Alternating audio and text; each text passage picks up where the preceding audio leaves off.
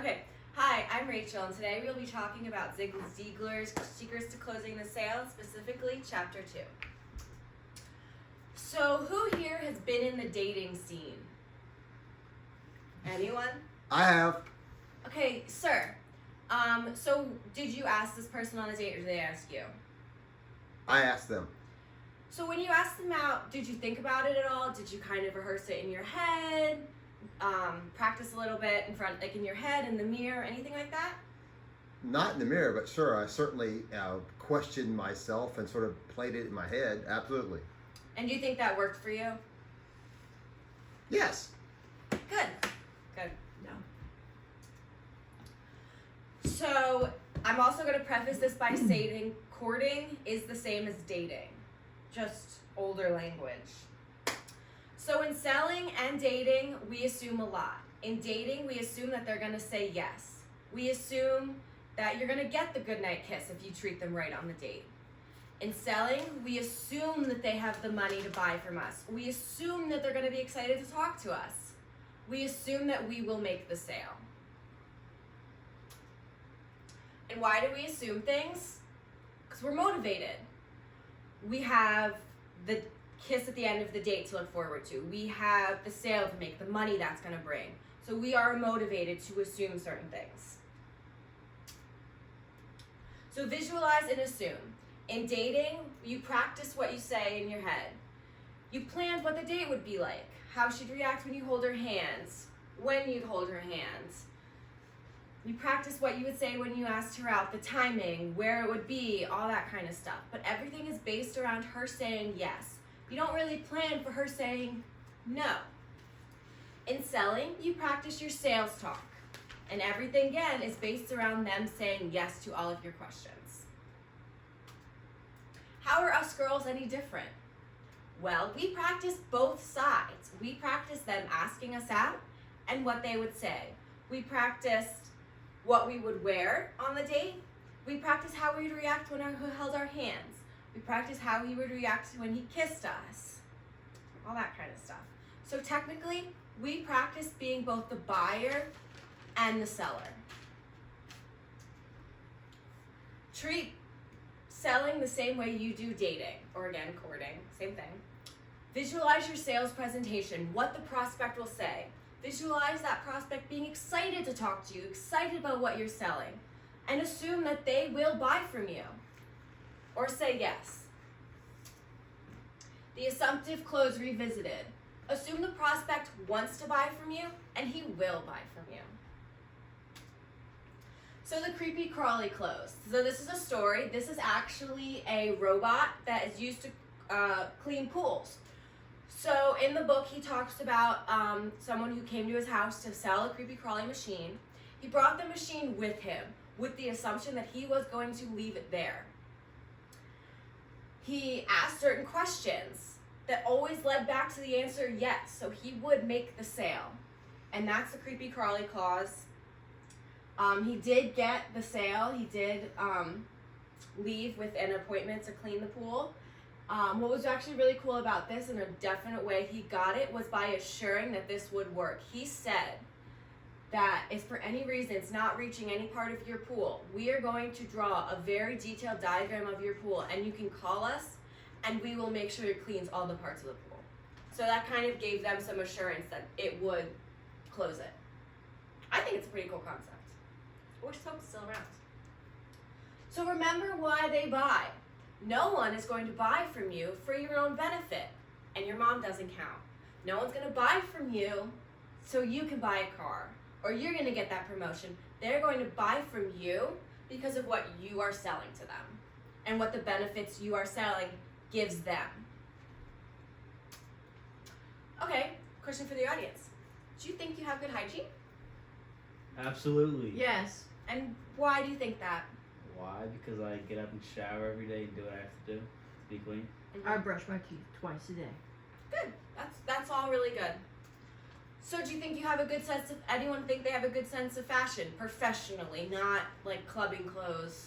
No. Yes. You do. No, I don't. So what makes you think you have a good sense of fashion professionally? Like what does that entail? Somebody tells you that your outfit looks nice. So, the smell good clause. You start each day with a shower. You use good deodorant. You use a mint. Physical action begins with physical cleanliness.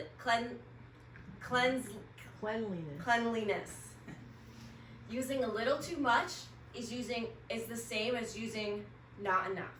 And I have some props with me today. So you want to make sure that you are using deodorant. It's good to have a good deodorant, not overpowering, but something that will last. Some people, when they get nervous, they sweat, and you don't want the prospect to smell that or see that. For girls and guys, it's good to use a touch of cologne or perfume. You don't want to use too much. It could be overpowering, and you know what it's like when someone walks in the room and they have way too much cologne on. You're kind of just, you don't want to talk to them. You kind of want to be as far away from them as you can.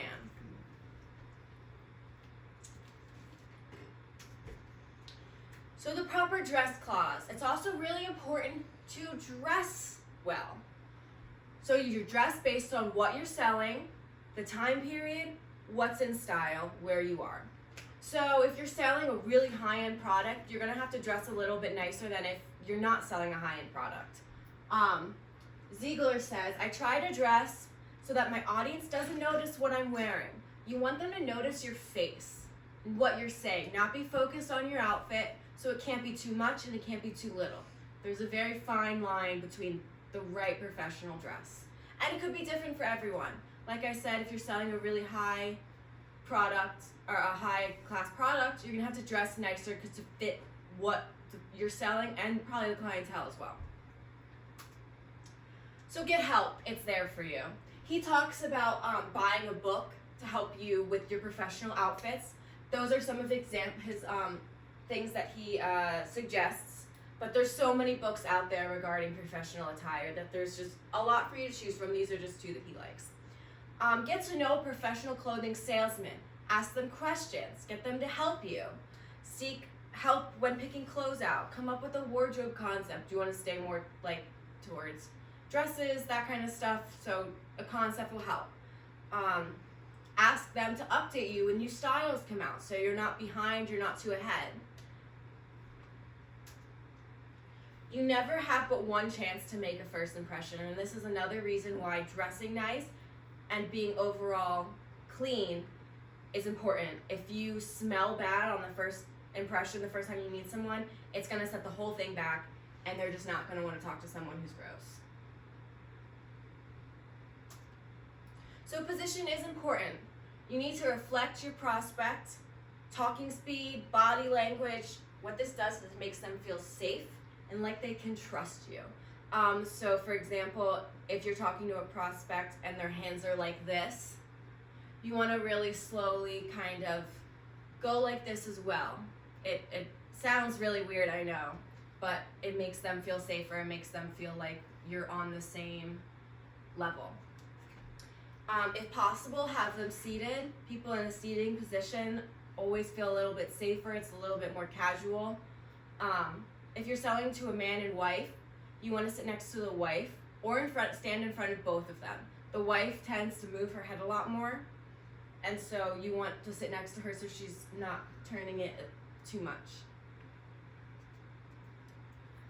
By involving the wife in the presentation, you're covering more than one sales base. The salesman is going to talk to whoever's talking the most, giving them the response they want, and who is more enthusiastic. By having more than one person, you're also more likely to make that sale. There's more than one person making the decision. So does anyone here think that they're a jealous person? No. Okay. Do you know anyone who's overly jealous? No.